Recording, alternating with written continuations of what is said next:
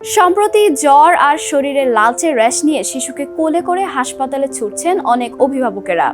এই শিশুদের অনেকের মধ্যেই হাম শনাক্ত হচ্ছে। ইতোমধ্যে দেশের অনেক জেলায় হামের প্রাদুর্ভাব দেখা দিয়েছে। বেশ কিছু শিশু মৃত্যুর ঘটনাও ঘটেছে। এই হাম আসলে কি? হাম হলো অত্যন্ত ছোঁয়াচে ভাইরাসজনিত রোগ। শুরুতে জ্বর, কাশি, নাক দিয়ে পানি পড়া, চোখ লাল হয়ে যাওয়া দেখা দেয়। এরপর জ্বরের কয়েকদিনের মাথায় মুখ থেকে শুরু করে ধীরে ধীরে সারা শরীরে লালচে র্যাশ ছড়িয়ে পড়ে। অনেক সময় অভিভাবকেরা এটাকে সাধারণ জ্বর বা অ্যালার্জি ভেবে অবহেলা করেন, কিন্তু সেটাই বড় ঝুঁকি হয়ে দাঁড়াতে পারে। হামের সবচেয়ে বড় সমস্যা হলো এটা শিশুর রোগ প্রতিরোধ ক্ষমতা দুর্বল করে দেয়।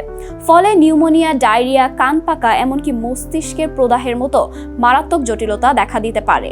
পাশাপাশি শরীরে ভিটামিন এ এর ঘাটতি তৈরি হয়ে চোখ শুষ্ক হয়ে যায়, এমনকি অন্ধত্ব পর্যন্ত হতে পারে। হাম রোগটি খুব দ্রুত ছড়ায়। আক্রান্ত শিশুর হাঁচি বা কাশির মাধ্যমে আশেপাশের সুস্থ শিশুরাও মুহূর্তেই সংক্রমিত হতে পারে। তাই একটি এলাকায় একজন আক্রান্ত হলে অল্প সময়ে আরো অনেক শিশু ঝুঁকিতে পড়ে যায়। তবে স্বস্তির খবর হলো হাম প্রতিরোধযোগ্য। বাংলাদেশের শিশুদের 9 মাস ও 15 মাস বয়সে 2 ডোজ MR টিকা দেওয়া হয়।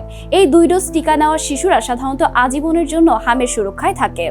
কিন্তু এখনো অনেক শিশু পুরো টিকা না পাওয়ায় বা 1 ডোজ নিয়ে বাদ পড়ায় নতুন করে প্রাদুর্ভাব দেখা দিচ্ছে। তাই অভিভাবকদের জন্য সবচেয়ে জরুরি বিষয় হলো শিশুর জ্বরের সঙ্গে শরীরে র্যাশ দেখা দিলে দেরি না করে চিকিৎসকের কাছে যাওয়া। র্যাশ দেখা দেওয়ার দিন থেকে অন্তত 5 দিন আক্রান্ত শিশুকে অন্যদের থেকে আলাদা রাখতে হবে। চিকিৎসকের পরামর্শ অনুযায়ী বয়স ভিত্তিক সঠিক মাত্রায় টানা 2 দিন ভিটামিন এ ক্যাপসুল খাওয়াতে হবে এবং বিপদচিহ্ন দেখা দিলে দ্রুত হাসপাতালে ভর্তি করতে হবে। মনে রাখবেন, একটু সচেতনতা, সময় মতো টিকা আর সঠিক চিকিৎসাই পারে হামের মতো ভয়ঙ্কর রোগ থেকে আমাদের শিশুদের নিরাপদ রাখতে।